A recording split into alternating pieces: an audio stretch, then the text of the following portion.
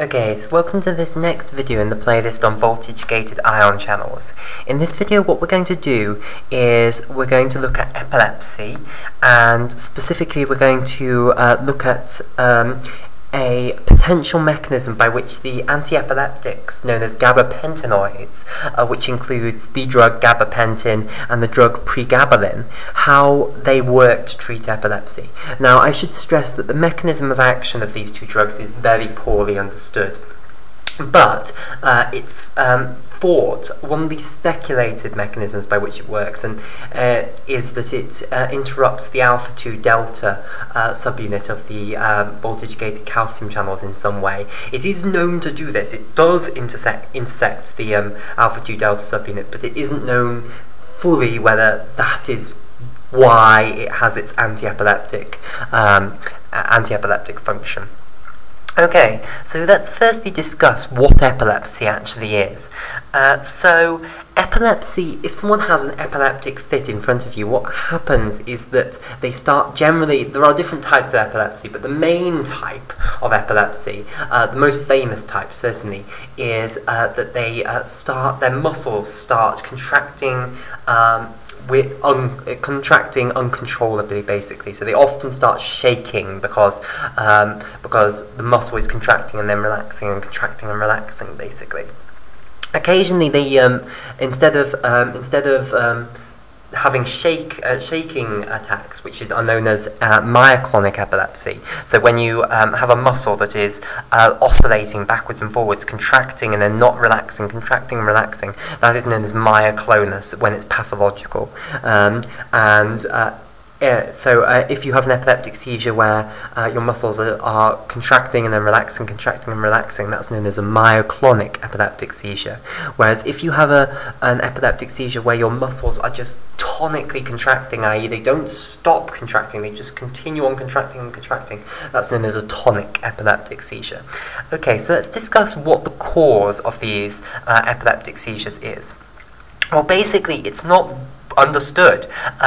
What we do know is that what appears to happen is that within the brain of people who suffer from epilepsy, there appears to be, so if I draw a brain, so a brain maybe looks something like that, okay, there appears to be a site known as an epileptogenic focus somewhere. So let's say here is this brain's epileptogenic focus.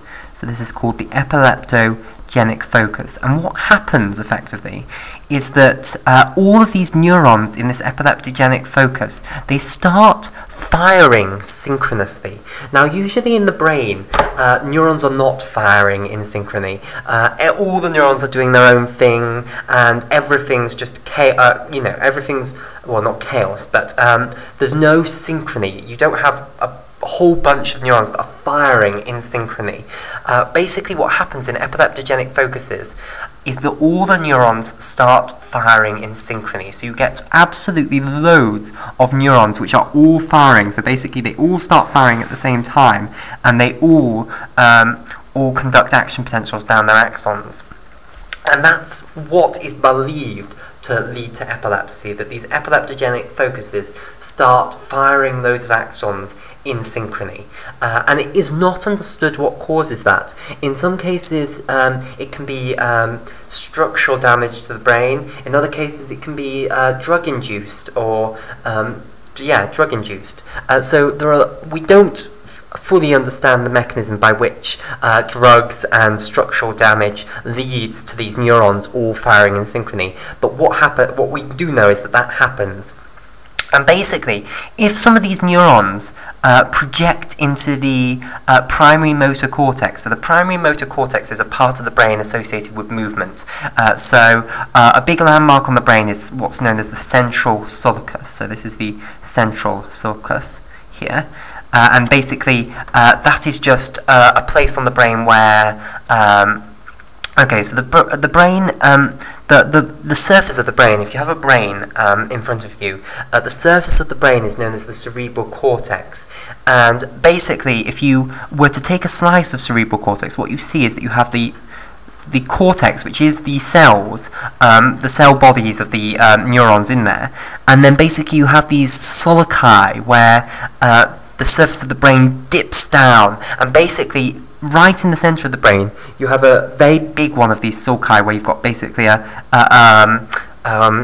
sort of a ditch in the brain surface, and that's called the central sulcus.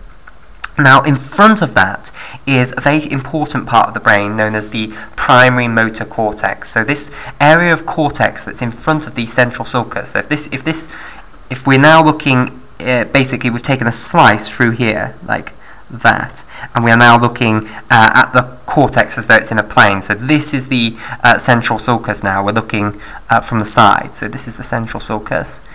Then this will be the primary motor cortex in front. So this is the primary motor cortex here.